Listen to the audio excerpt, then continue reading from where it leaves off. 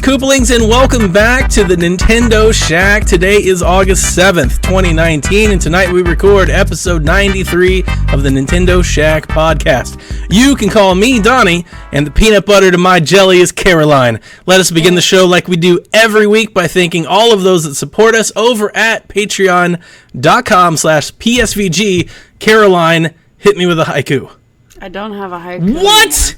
We don't have haikus anymore. I gotta find a replacement. Then you gotta do a poem or something. We gotta give them something. Haikus are poems. We gotta give the people what they want, right. Caroline. Patrons that are listening, please let me know in the PSVG Battle Pass channel what you want to hear. They can't stand for this. Thank you, Coach. Thanks, Callo, Barry, Josh, Chris, Devin, Kyle, Benji, Paul, and Joel. Thank you for everything that you do to support PSVG, the Nintendo Shack, and everybody else each and every month.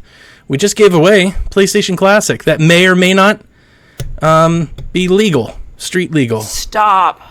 I'm going to stop you right there. Just stop talking. Just stop right there. Before the FBI comes knocking on your door, Mr. Security. And we're going to announce its replacement into the Patreon of the month, the Patron of the Month Club. I keep trying to find a weird title to call it because I don't want to call it like a lottery or like a giveaway. So I think I'm going to go with Patron of the Month Club, like a wine of the month thing. Podum. You like that? No. That's dumb. All right, let's jump into what we've been playing. Caroline, your list looks pretty short. It looks short because I abbreviated everything. Man, this game is so good. So I beat Edelgard's route. It's done. It's completed. The ending cinematic's fantastic. I can't wait. I watched it again. Like, when you go back and look at movies, you can choose to watch it either as the male or the female Byleth, which is really cool, because I wouldn't have played through it again as a female anyway. It's great. I started Golden Deer route, so I'm my second of fourth. What? I'm going to stop you before we start talking about the second run. On a couple things. When you beat the first run, you all caps messaged me that this is your favorite Fire Emblem game ever. It is. Now I cautioned you to not be so knee-jerk reactionary to your feelings. It's easy to feel that way whenever you beat any game. Now that you've slept on it for a few nights, you 100%, you're wholeheartedly sticking with this. The story is phenomenal. Really? It's so good, and I want to know every loose end and every possible which way that the story could go. I gotcha. That's high praise. I mean, that's serious praise. The only day that I haven't played Fire Emblem was this past Sunday when I had a migraine. And Brian was playing Breath of the Wild and beat Breath of the Wild that day. So, I felt similarly when I beat Breath of the Wild. And it took him a second time before I really was like, can I really say no to Wind Waker? Because Wind Waker had been so close to me for so long. And after the second time I beat it, I was like, it is better than Wind Waker. Yeah. But it was tough. I was hesitant too, but I'm very big on story in games. Mm-hmm. So a big story and a good story is something that will impact me in my decision. And Story and Awakening's like still my second favorite, but this one is just incredible. So, it really is. Best Fire Emblem game ever. Yes. That's incredible. Okay.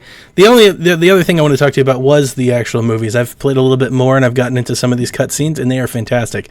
Do they run okay for you? At times, they look a little choppy for me. So the reason that they're running choppy is because there's some, I can tell because I do art and animation and stuff, and half of the ones, like, for the main characters, so, like, your main three leaders and big war scenes and stuff like that, those are done with 3D models. So they've kind of got that Fire Emblem Warriors look to them, where they've taken a 3D model and skinned it to look like an anime.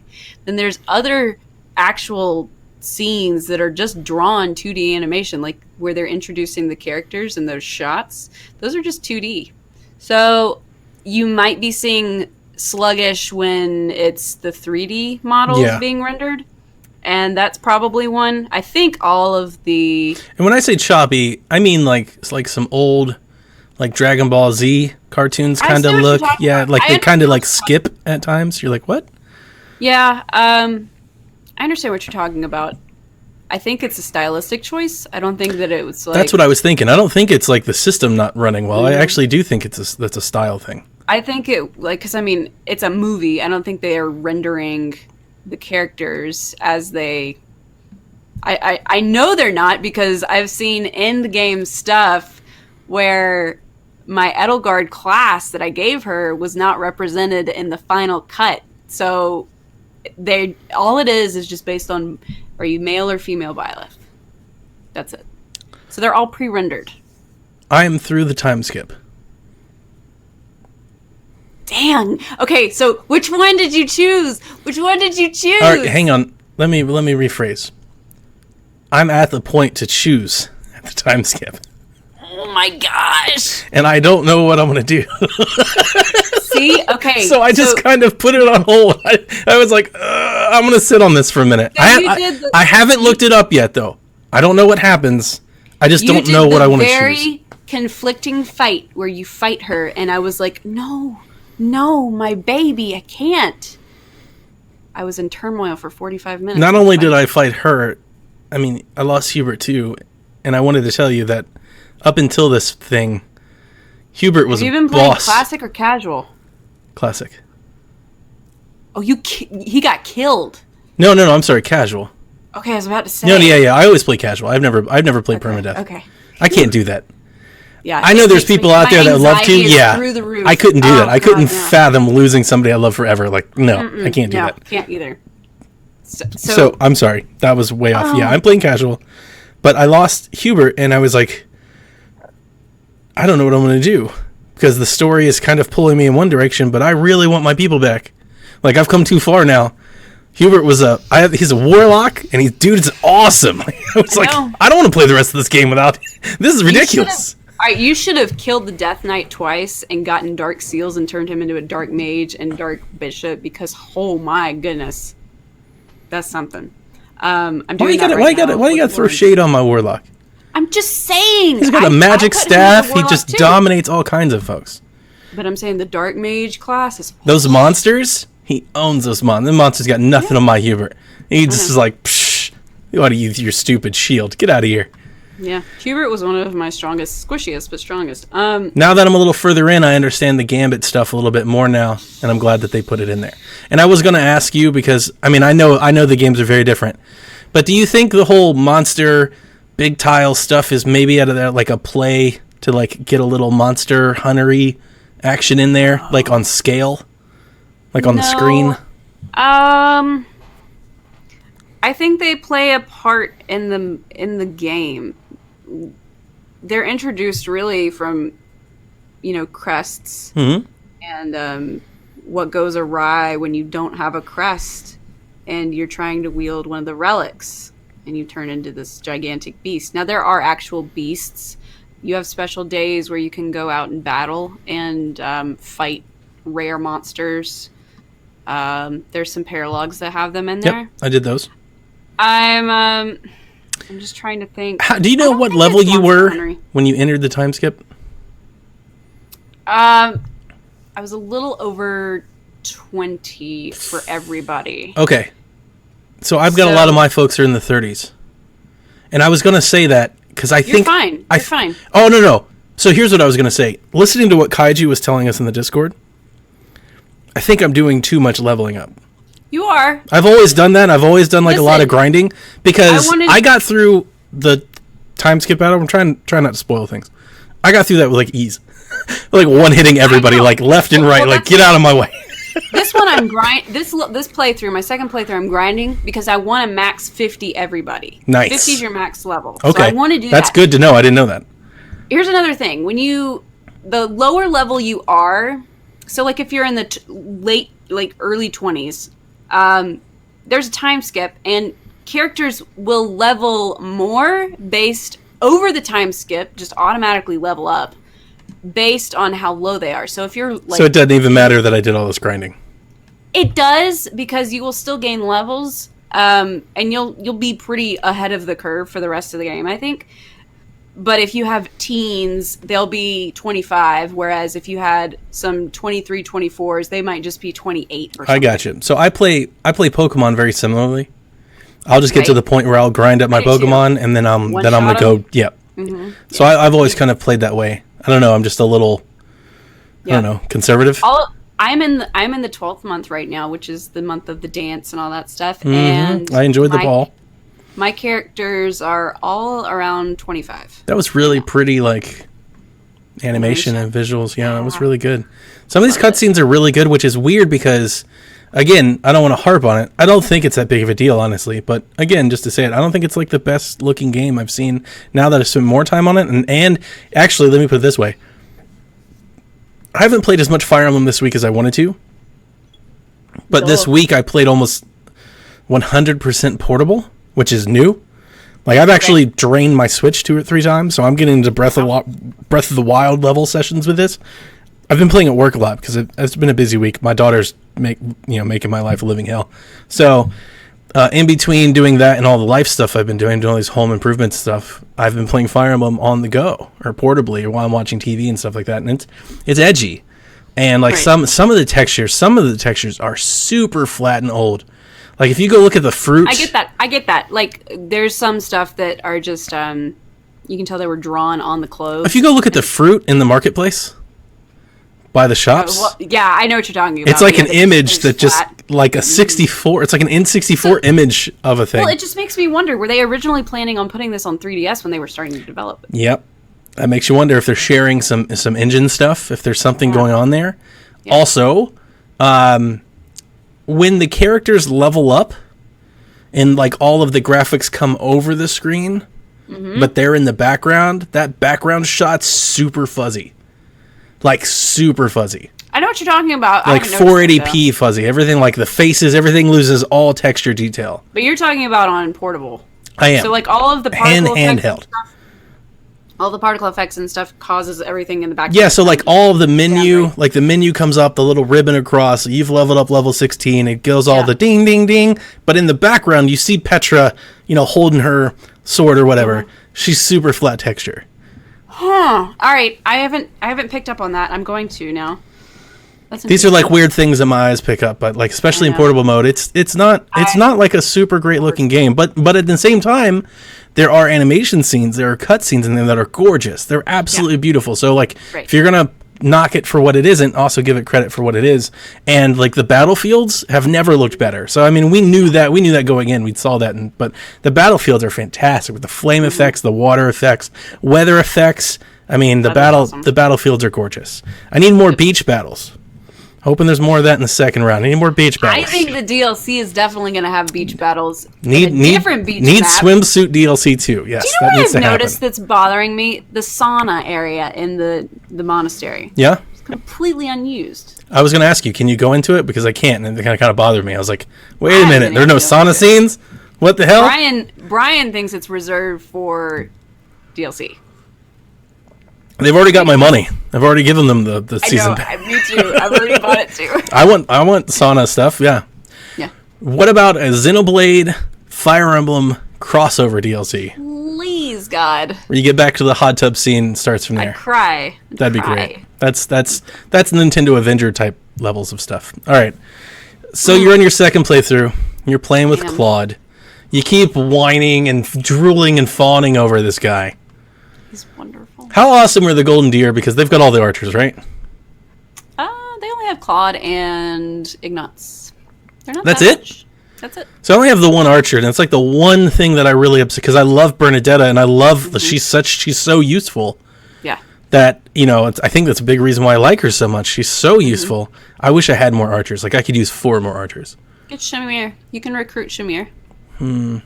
Okay. You need to be recruiting I have other people that can use bows and have, C-level type stuff. Yeah. But they're also mages, which also kind of double as archers. Well, the thing is, you use those. Yeah, I guess so. You're supposed to give your mages like a close range weapon. None of my mages have close range weapons. That's a mistake. They've got staffs and they've got bows. I don't always use the bows because I mainly use most of their magic stuff. But my magic, I got to tell you, never in my time as a Fire Emblem player have I ever carried this much magic. Like half my team are mages and stuff, and they're just so OP. Crazy. They're powerful. You just drop so much damage with those folks. You really should consider giving a lance or something to your magic groups, because if they are stuck, magic classes can't hit one-on-one. You have to be apart. Yeah. Always make sure that they have one, so if they get up against something, they will automatically parry. Hubert has a sword and a bow, and the other guy, Linnet, whatever. What's his name? Linhart. I can't remember his name. I think he's very unimportant. I want to say I think he has the same. I think he has a bow and a sword, just a regular sword. But I never use them for that. Just so long as they have one to fall back on when they are not. Do you use Flayn? Is there any point in investing into her? Because she's pretty terrible, and I'm ready to swap her out, like get her out. Flayn actually got pretty good, but depending on what you do, I'm not going to say anything. Okay. My last question is, when do I get more adjutants per battle? I got up to 2, and that was it. Towards the end? I just had 1. I just had 2. So I mean, I think I've only had 1 up to this point. I have 1. Okay, I think and I want more. I want 2 or 3. I want to pair people off. I was going to say that's one thing that I'm missing from Fates is I miss being able to pair units together and move them together, because now it feels like a slog moving them all individually. I only got 2. I think you get the second one after time skip. Okay. It's based on professor level. The higher your professor level, the more adjutants you get.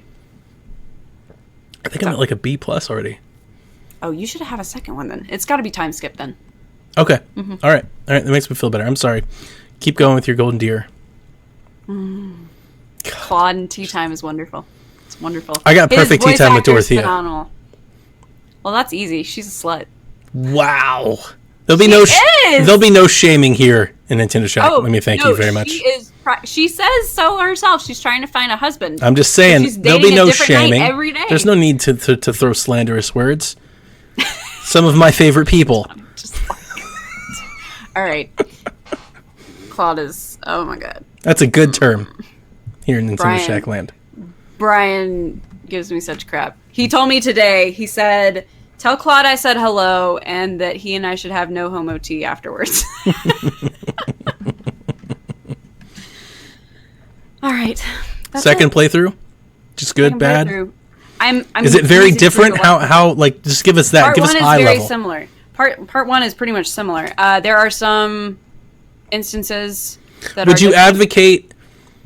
Well, I guess you can't. No, you can't. I was going to say, would you advocate maybe like keeping a save before the choice, but it doesn't matter. You can't, right? You still need to go back to play with the other guys. For you, I would. I'm not replaying this. I'm going to go my way, and I'm going to play it, and that'll be it. I mean, yeah, I'm not going to keep playing stupid. That's such a waste. Maybe later on, maybe down the road, a year or two from now, when I've forgotten it and I want to come back, maybe I'll re-experience it. But that's not how I play. I don't play games to play every campaign. I play games to play my campaign, and that's my story that I take from it. Do yourself a favor. Do you have any idea how many games have so many different outcomes? I don't play them to see them all. That's insane. I'm a 100%er. I don't know. I'm a 100%er. You owe it to yourself to at least make another save file right now. I'm glad I accidentally I am. No. I'm a Fire Emblem fan. I got multiple saves. I can go back 3-4 different chapters. Our buddy Kaiju learned that the hard way. I felt bad for him. He's like, guys, I can't win. I don't know what to do. I'm like, lose? I don't know what to tell you. You should have kept a separate save. Always keep a separate save. Yep. I always save one file, and then I save one more. And then I always kind of update my file. 5 save slots, and then they've got an autosave. So I'm doing it where I'm saving all of my cleared files, and I'm keeping them. I'm not saving over them and stuff. So I'm going to have 4, and then 1 free. Okay. Well, I'm playing Fire Emblem, as you can hear. That's what I've been playing mostly. However, I did sell my Fire Emblem extras, my goodies. I sold that calendar and the box. And the soundtrack. I kept the steelbook, and I got the game. So I'm totally good. I have to mention something, too, on that note.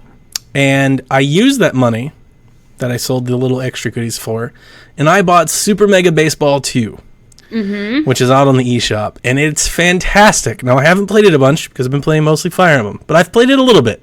Don't get me wrong. I played a couple hours. I've also played this game before. I played the original for a bunch of hours. I played the second one when it came out to Xbox a little bit, not that much.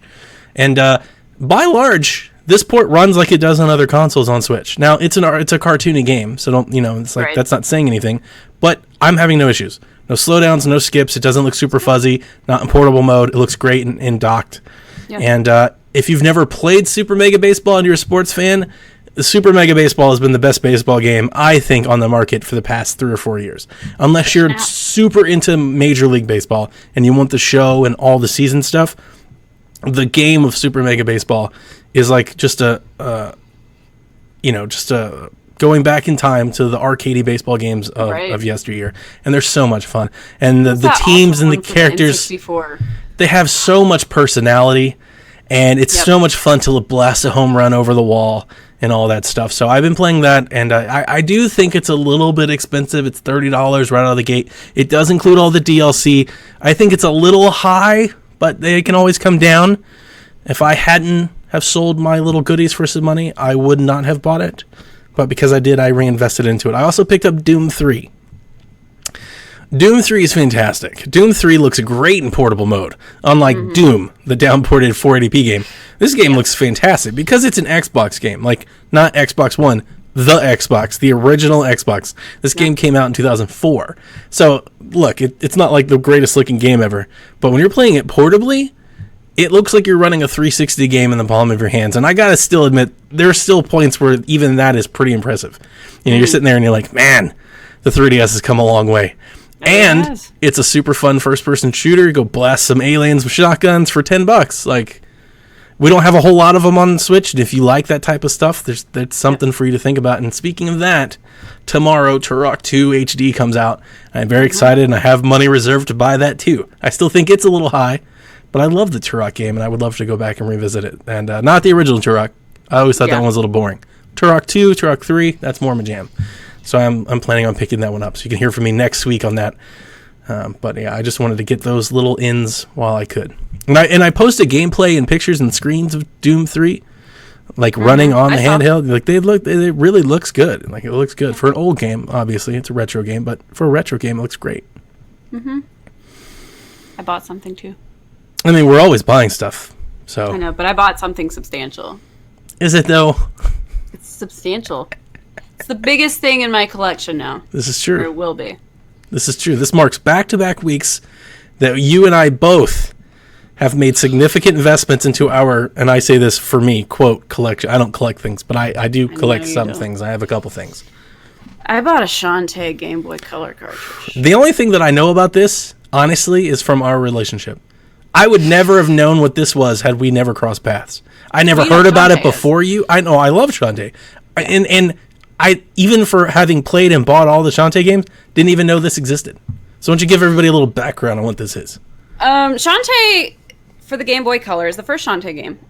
It came out so late in the Game Boy Color's lifetime that it came out in 2002, to the point that they actually wrote on the box, hey, this is enhanced on Game Boy Advance. Like, I mean, the Game Boy Advance was out. They're like, don't buy this. Well, I mean, there were so few printed. And it is so limited. You can buy a full in-box game with the manual and everything for like $1,500, I think. I'm not going to disclose what I paid for this, but I paid... Wait a minute. What was that number again? $1,500 for the full thing in the box. That's almost 20% of what that NES game just sold for. That $9,000 game. I know. So I'm not going to disclose what I paid for just the cartridge, but all I had been caring about is just the cartridge.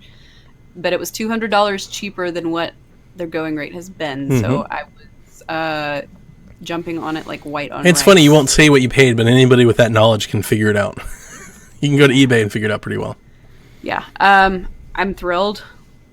I'm very thrilled. I have my own way of putting my Game Boy and my Virtual Boy titles in. I put them in cassette cases, like actual cassette tapes. Yeah. And I've made like all these labels for them. So nice. I bought all these cassette tapes, and there's like 150 of them coming in a box to me this weekend, and I'm gonna have fun making covers, cases. Yeah. Super fun. I'm very excited. I'm very excited for you. I know how long you've wanted this. Now that you have it, what are you going to do? This is my holy grail item. Are you going to play it? You're going to stare at it? You're going to give it like a throne? Like what happens now? It has a new battery in it, so I may attempt to stick it in and play it on my Game Boy Advance. But we'll see. I'm very nervous about it. I don't even want to like put it in because I'm like, oh, with the label gets messed up just a little bit, it devalues it and all that stuff. So very cool. Exciting. Well, let's move on in the show to the news block. Now, we didn't have a whole lot of news, to be quite honest with you. A little slow, but we did have some news today. Caroline, take it away. Take it away! Alright, we got Pokemon Sword and Shield. It was literally just a 2-minute video. I was hoping that it would be a little bit more substantial than this, but... Yeah, I gotta admit, too, I haven't got to rewatch it yet. I only got to watch it the first time through. I don't have time to rewatch it. It's 2 minutes! With the volume down, I might add. Like, I was not even listening to it the whole time. Okay. Starts out with Galarian forms. So you have Alolan forms in Sun and Moon. We now have a Galarian forms for the Galar region. I like this. Make old things new again. That's good stuff. Do too. I really enjoy it. Makes things... I don't know. I love the Alolan forms, and I know that these are probably going to be hot too. First off, this is my favorite part of the entire thing. Wheezing is literally like some smokestacks with like old men mustaches. But like a smokestack's like a top hat. Top hat, I know. It's perfect. It's absolutely perfect. He's a poison fairy type. They've made Wheezing awesome, and that's I never would have imagined. Can't justify like how amazing this is. So you have to go see it if you haven't seen it. My favorite part so far. We also got Galar form of Zigzagoon, which is the raccoon you remember from the Hoenn region. It's a dark normal type, so it's kind of black and white skunk-like with red eyes. It evolves into Galarian form Linoon, also dark and normal type. And for the first time, it finally gets an evolution into a third form, which is Obstagoon, which is also dark and normal type. I got a lot of people on Twitter saying this was like the Gene Simmons Pokemon. I can see that. From it's like totally Kiss. Some Kiss. Brian just said it looked like skunk. Brian said, poor British region. The Brits get skunks and smokestacks. So. There was a new Pokemon announced after that. It is this region's electric rodent. So kind of like Pikachu, Pluslemin, Dedenne, all of those. Morpeko. It's a form-changing Pokemon. It is electric dark type, so its normal type is electric. In full belly mode, so it likes to eat a lot. And then it turns dark when it gets hangry in hangry mode. This is like me. That's super Taro. Cute. That's super meta. Oh my god, I get hangry. So... I'm not gonna lie to you, I thought it was like one of the other electric mouse Pokemon. I was like, oh, I've seen that Pokemon before. It seems like a combination of all of them. Like kind of together. It's Pikachu-esque. It kind of does. It had the Pikachu tail. Yeah. It kind of looked a little bit like it's Frankensteinish. Togedemaru. Yeah. They all kind of look alike. I think the only one that doesn't look like is Pachirisu. It's super cute. Don't get me wrong. I like Morpeko. I'm gonna have one. So yeah. I kept calling it Markpedo, like Sharpedo. All right, we got 2 new rivals. So like, our main rival is Hop, right? But Bede or Bede, I don't know how you pronounce this name. Bede. It's like an older look. I wouldn't say old, but like it's either a guy or a girl with like whitish, silverish, purplish hair in a trench coat. He's not old. He's just blonde. Is it a he or a she though? It's a he. I think it's a he. When I saw it, I thought it was a he. Maybe I'm way off. Now again, I watched the trailer with the sound way down, so Japan is very ambiguous with their genders. He kind of looks like he's in a boy band. So I see that. Yeah. And then Marnie. This girl has all the fan art already. Oh, I'm sure. All of it. Marnie is like this British punk rock kind of... She's awesome. She looks great. She's amazing. Literally the epitome of British punk. Team Yell, Yell, as in yellow without the, like, hey, what are you doing? With a rebel yell. They are Marnie's wild fans. Marnie and Team Yell have, like, they all have this punk look to them. So they're kind of more punk looking than Team Skull. Yeah, as I say, not all that different than Team Skull, but but more. A little more British spike, a punk. little more, yeah. It literally is British. That's what I said in our Discord. I immediately picked up. It's like a kind of like a Sex Pistols vibe. Yes, like absolutely. a Billy Idol type thing. Like there's 70s, definitely some of that. 80s British Yeah, punk, yeah. yes. There's definitely some of that there. So they've got like a black and pink color scheme going on. And I think that probably has the Team Skull thing going more. It's just like the neon, vibrant color. If they made them darker, I don't think that comparison, that contrast would be so, so apparent. Team Skull seemed more gothic meets emo. Kind of, yeah. So this is a quote from Pokemon's website. Team Yell, they want nothing more for Marnie to become champion, and they all try to obstruct other challengers in all sorts of ways. They will take over hotel lobbies, prevent other challengers from accessing transportation, and even shout and distract opponents during battle. Whenever Marnie battles, it seems these Team Yell grunts are quick to appear, showing their support with Marnie print towels and horns. So my highlight of the 2-minute little thing that I watched with the sound down was Team Yell. I love this idea. One, I totally picked up on the punk vibe right away. I think they look great. I think the stage is set, if they want to go there, for some very creative and funny writing. I love the idea of these super attached, crazy fans that do crazy things. I want them popping up like in her dressing room or behind scenes. Like I want them getting in places they're not supposed to be. I want to see them getting escorted away because they don't have credentials or badges. I want all of it. I want them watching her while she sleeps or sifting through her trash. All right, these children are 10, 11 years old. I'm just saying. I want crazy fandom. But you can do that in a PG way. That's super funny for kids and adults. And that's where I kind of want this to go. I think it'd be hilarious. I want them to book her, for she's not even there. They're like, Marnie's my best friend and she doesn't show. And they're like, what are you talking about? I need all these stories. I think that would be great. I want to backfill all this out. That would be fantastic. So they're not really the bad people this time around. They're not. All right.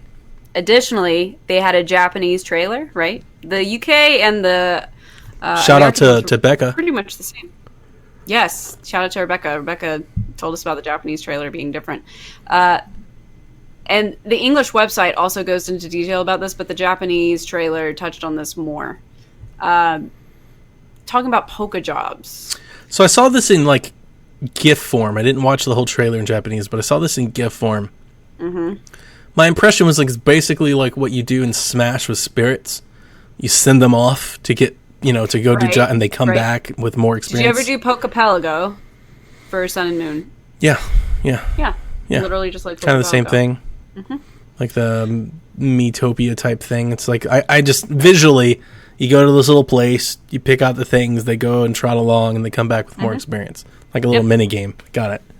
So it's described as Pokemon and people working together. These jobs are requested by local corporations and universities for trainers in Pokemon to help out with their tasks.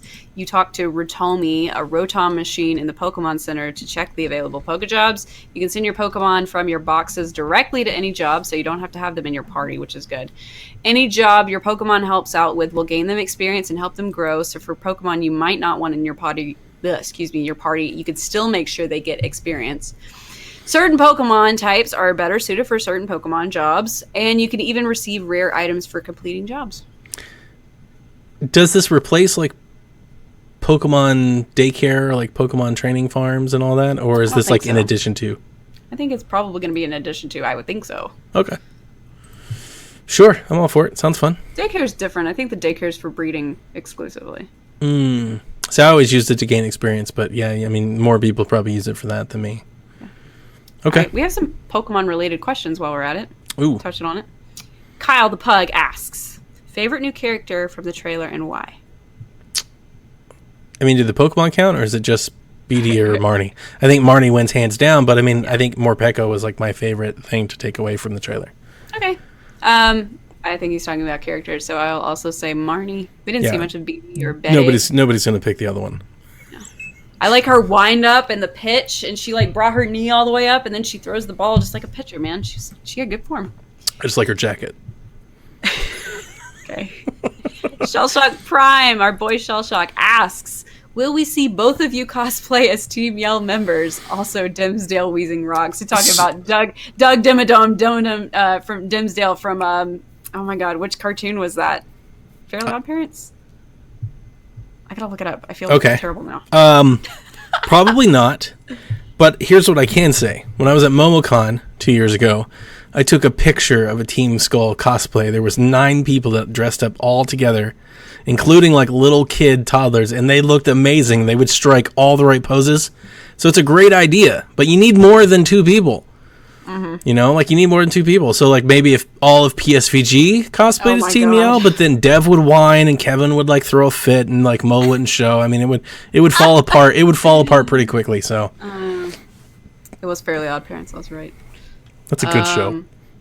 Yeah. Do you remember the old man like that ran Dimsdale Dimmadome? No, I didn't watch it that much that I know all the characters' names and stuff. Oh man, I just remember the babysitter and the sister and the parents. Just watched it casually, but it's super good. Okay, that's what he's talking about. Okay, good call. I think I did see that was like trending today, which is funny. Really? Wow. Yeah, good people, call. Like apparently thought that he looked just enough like him. Caroline, Smash Brothers Ultimate holds the record for most viewed game during EVO. It's amazing. That is amazing. And as Kevin reminds us every week on PSVG Prime, streaming is a big deal. No matter how much I don't want to get involved and believe it, streaming's huge and people love it. And now I should say that this isn't the most viewed on one channel. This is the most viewed game during EVO across all channels. So it's all activity like weighed together, which makes sense because you got to think as the platform has become more and more apparent, like everybody's hosting streams instead of doing streams, right? So yeah, that makes sense. Darksiders 2 arrives to Nintendo Switch in September 26th for $30. We've been on the lookout for this one for a while. Darksiders 2 is my favorite Darksiders in the series. It's very Zelda-ish. Here's the problem with it. Is this the one with the crazy collections? Like the crazy collectible versions? I mean, they all have crazy collectible versions. Like, I don't know what that means. I'm talking about like the one with the board game. No. Nope, that's the new one. The new one coming out this fall is called Darksiders Genesis. $30 is pretty cheap compared to the board game with $500. Darksiders 2 is very Zelda-ish. Super fun. It's like Zelda meets God of War. It's a great game. Problem is, they released a trailer, which I can only assume is showing a Switch gameplay, and it looks real choppy. Real choppy. Like, that trailer did not look good. I watched it a couple times, because at first I thought it was my internet. Second time I watched it, I was like, this is not my internet. Like, this doesn't... I would hold off on pre-ordering that game. I would wait. Let's see some reviews. Let's hear how it runs, because it did not look fantastic. And then the Grandia HD collection was finally announced. It comes out in, 2 weeks? I didn't even write it down. I think it comes out in 2 weeks. It's like $40. Seen, like, pictures and stuff. Yeah. So it's on the way. You were getting that one, right? You were all super excited? No? I thought that you were all... No, well, I mean, like, it's something that I would definitely play. I've got way too much going on right now. I gotcha. So I have Dragon Quest Builders from Jared. Jared sent me this one. He sent me the first game, and then I was watching Professor Switch play Dragon Quest Builders 2 tonight. And which seems to be much better. Game. It's a Caro game, man. Oh my gosh, I got to play that game. Builders 2 seems to be so much better than Builders 1. I played Builders 1 and I liked it. It was good, but I didn't get into it. Yeah, they said that there's huge quality of life improvements. Yes, and I think that would, that one's kind of on the radar. I don't think I'll get it anytime soon because I'm packed. I've got plenty to play. I'm packed. And Black Friday? Yeah, I'm gonna pick up Dragon because we're gonna get that game Black Friday for like $20. I hope so. $29.99 at least. Nah, $19.99. It's $59.99. $19.99. You'll get Dragon Quest Builders 2 for Switch. I'll hold you to it. Or it'll hit Game Pass in like October. Well, see, that doesn't count for me. That'll be the other story. It can. You get Game Pass for PC. I'm just saying. Support Game Pass everywhere. All the Game Pass. All right, Caroline, let's get into some Shaq questions. Now, This one came in from a friend of mine. It's kind of a long one. Okay. Jamie asks, so the day after Shaq dropped last week, we learned that Nintendo Switch Online will in fact receive these extended game trials in America after all. We get to experience Mario Tennis Aces for free until August 13th. That's live today, right? I think I saw the tweet. Yeah, it's live right now. Yeah, if you're listening to it right now on your Nintendo Switch Online, go to the eShop and download Mario Tennis Aces. You get to play it for free for the next week. So you can get all that you want out of it or go buy it. It's also on sale for 30% off, which is still not like super great. No. 30% didn't seem like enough. I'm going to get Aces this Black Friday. I think it's going to be cheap enough that I'm going to play this demo this weekend, and then I'm going to decide, but we'll see. Okay. First question. What other game should Nintendo use in this fashion in the future? And I think this is probably like the best question. Like, this is the one a lot of people are going to think about. All the games. I'm just saying, all the games. Like, everything. I don't think you can do a Zelda thing. Ooh. No, I'm going to disagree with you there. So you think people are going to play through it and be like, oh, man, I got to finish the game, and then they're going to buy it? So the thing that I was going to say about Zelda Breath of the Wild is you don't want to give it away for free because it's your highest selling game. But nobody can beat it in a week. So you might as well put it up there for a week because maybe you'll get more people to go buy it. Well, unless you speed run it and you can beat it in 30 minutes. Yeah, but you're not. But most people, your average consumer, like if you've got people that bought Odyssey and they're just like, I don't like Zelda, maybe you think about throwing that thing up there for a week and be like, dude, go run, go nuts, go crazy. Yeah. But you also have the people like Josh, that didn't have like that great onboarding that might turn them off from the game completely. It's true. They may get in and be like, this is super hard, I don't like this, and quit, which is fine. But I mean, I don't. That was a game that comes to my head, so I wanted to just stop you there. Give me another one. I do think that it lends itself well to like these sports games, so you get a taste of the competition, and like a Splatoon would be good. They've done Splatoon. Splatoon would be fantastic. The Splatoon ones where now that Splatoon's over basically, but they did that in the beginning, the test runs for ARMS and Splatoon. I think they should definitely do something like this. Mario Tennis Aces is a good one. They've done Mario Tennis Aces for the tests too, didn't they? Demos? Yeah. Yep. Mm-hmm. Yeah. So, I think just anything kind of like that would be good. Yeah. I don't know. I don't feel... We'll answer the second part. Okay. I'm going to say that Splatoon's really good. Splatoon is a really, really good one. ARMS is not a terrible one. I would play ARMS if you gave it to me for a week. I might jump back in just to throw some punches and play locally and see what that's like. Pokken Tournament. Good. I forgot all about that. You could drop that during a Pokemon week. Pokemon Let's Go. You could drop out of nowhere and let people play it for a week and see if you get them in it. I don't think this is great for a trial, but I'm going to kind of bend this question because we got Tetris, right? Where they gave us the game. 99, yeah. Do that with Box Boy. You with your Box Boy. Give Box Boy away and let people try it. I'm looking to see on my list right now because there's some stuff that I've got that I'm waiting to play. Kirby Star Allies. I mean, Kirby doesn't. Kirby sell Star that Allies much. is good. It's a good game. Yeah, I need to buy it. It's not it's not Robobot good, but I like it. It is good. I enjoyed it. But New Super Mario Bros. U Deluxe. That's a good. Any of the ports I think work well. Even Yoshi, because you can't beat that in a week. Super Mario Party. That's a good one. Yeah. Because you could even let's say here with Mario Party, right? Even if you just get a weekend of play out of it, right? That's really valuable if you have kids and stuff. You're playing locally. There's a lot of value there. Yeah. Yeah. Okay. Second question: how often should Nintendo do these types of promotions? We have no idea. We don't know if they'll ever do them again after this one. We don't know. A new game every month. Do you think they have the catalog for that? Answer in the next part. There's another part that I'm just still waiting to get to. Okay. So let's rope this into the question we're on now. Do you think Nintendo could partner with indies or on similar limited window, extended game time demos, trials, whatever you want to call this? Free weekends, even though they're longer than that. If they do that, they have an unlimited number. If they focus on, maybe they have 2 indies a month instead of 1 Nintendo title. I think they could get away with just 1.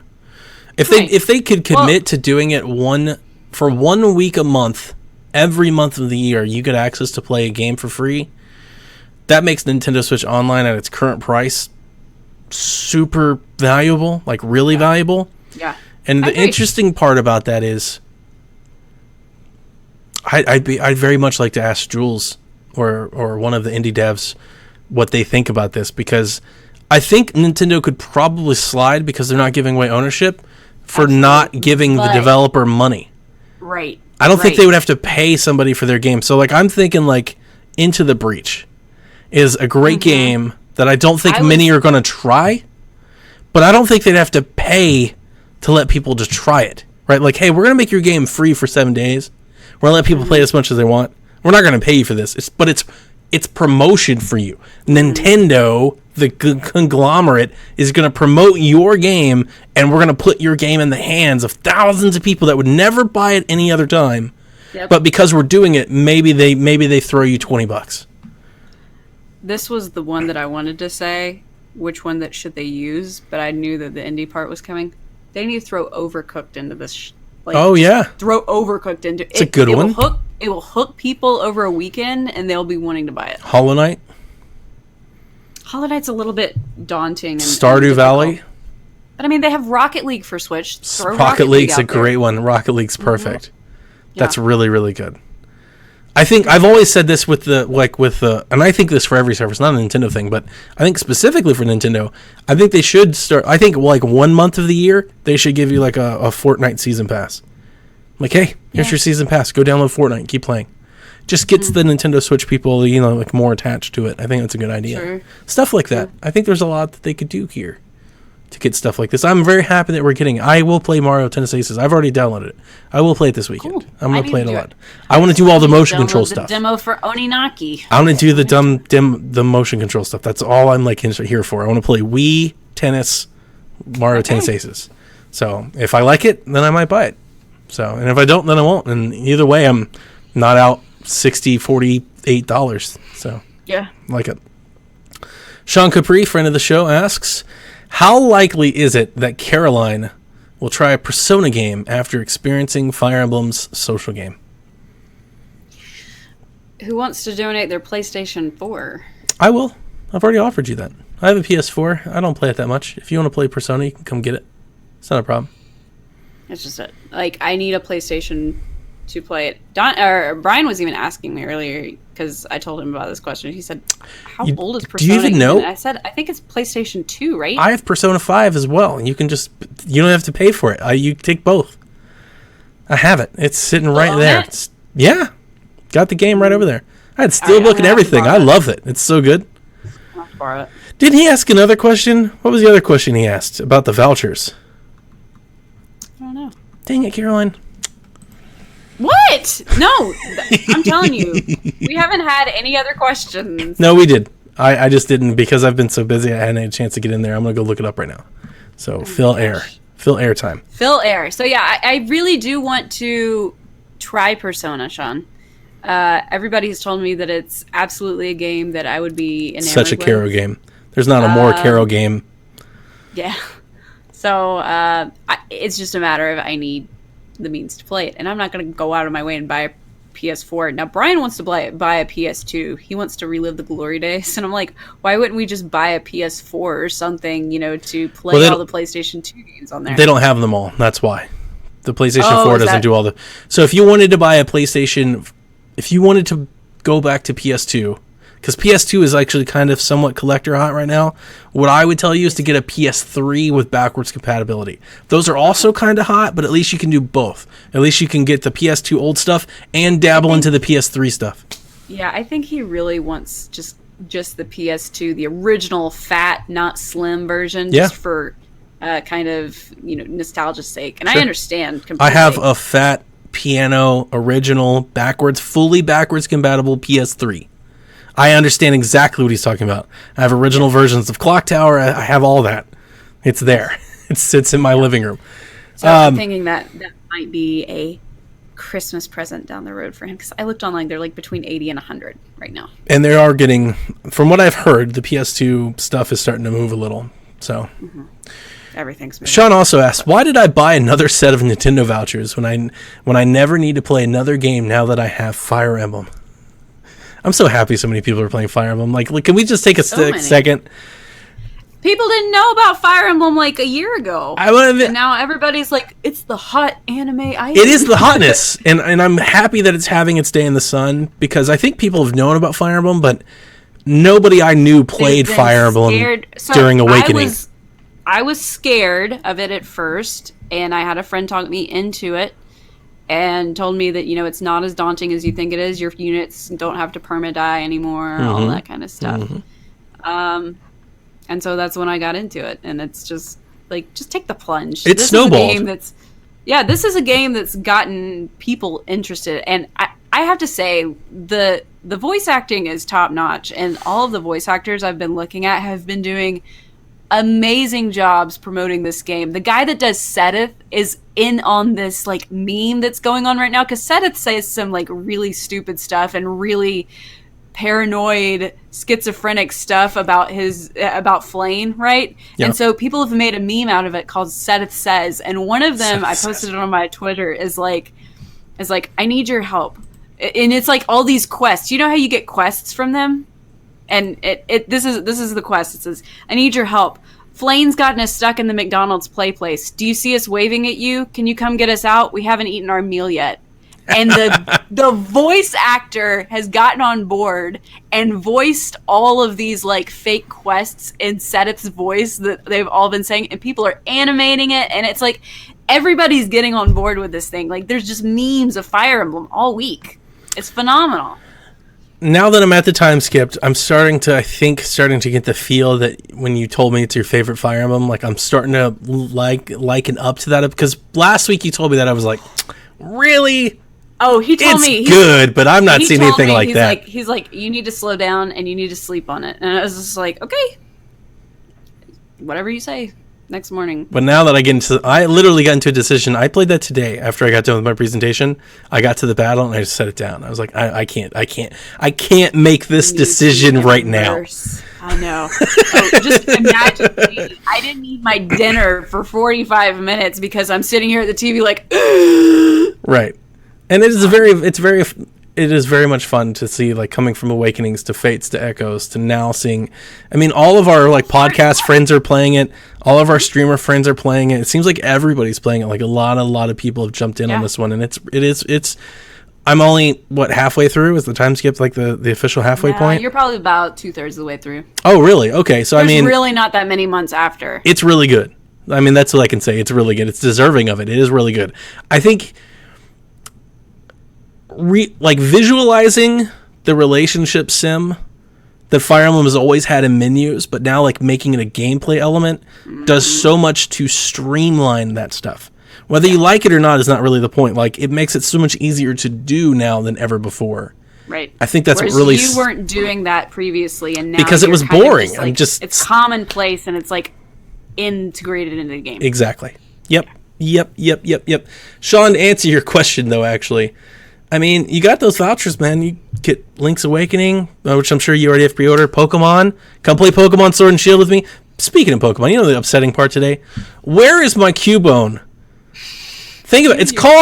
It's called Pokemon Sword and Shield. I can't be the only person that wants to see Cubone with a helmet, a shield, and his bone. Like, does this not make any sense to anyone? Am I the only person? It has to be a sword. Where's Cubone? This makes all the sense in the world. It's Sword and Shield.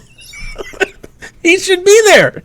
If there was ever a Pokemon on to get a Galar region. Alolan Marowak. And that was a mistake because they should have saved it for Sword and Shield.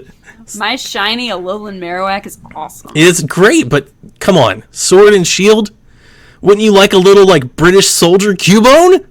With like a little hat thing? Come on! I can't be I'm like, where is it? You know you have it. I know this is not gonna go by, without any respect. But Sean, put a monocle on it. Dude, there's so much there for Cubone and Marowak. Cheerio. Oh man. You get Animal Crossing on the way, Sean. There's lots you can. No More Heroes. Use that voucher. You save it. They do expire. You got to use them eventually. So I don't know if you'll ever get a chance to use them on No More Heroes. Not that I think you would, but you got to use it on something. That's why I still haven't bought into it yet. By the way, I thought I was going to buy all the vouchers once my Best Buy thing ended. I did jump back onto Prime, and Prime has stayed pretty true that. Like, they're not officially giving us the discounts, but it seems like on all of the highlight games, like $49. They're all 40. Yeah, like they're still kind of keeping the same price. So if they keep doing that, I won't buy the vouchers. So I'm still waiting. The vouchers are like my last resort to save some money.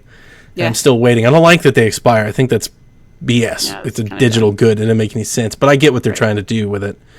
But like the ones that just came through, like you can still buy them. I haven't seen that they've been taken down, even though they said like you would not be able to buy them after like July 31st or whatever. Mm-hmm. They're still up. You can still buy them. Still up. Yeah, they're still up. Okay. You can keep buying them. I don't think they're going to go away. Didn't make any sense for them to go away. No. So, yeah, good stuff. That'll do it for this week. For us this week here in the Nintendo Shack. We will check you out next week. As apparently we'll probably talk more Fire Emblem. It's just basically the Fire Emblem Shack at this point. Pick the Nintendo Shack and pray. Astral Chain. I know, I'm right there with you. Yeah, I mean, there's lots of games coming out this month, but to be honest with you, it's Fire Emblem. It's Fire Emblem month. Doug, it's hooks into me. It's good. It's good. Oh, another comment that I can make that I haven't made yet. Melissa doesn't like me playing this game so much. Oh.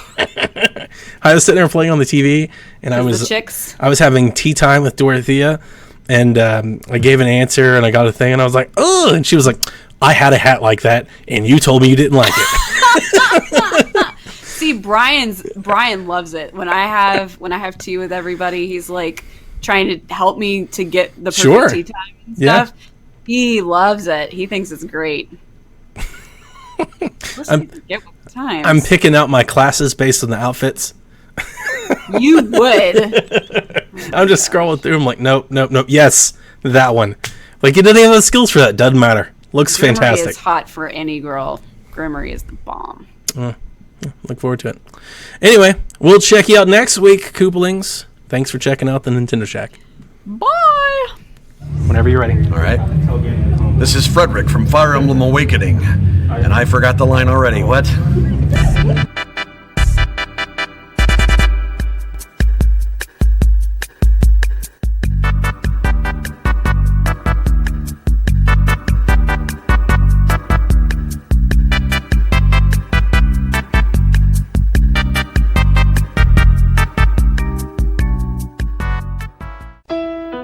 This has been a production of the Play Some Video Games Podcast Network.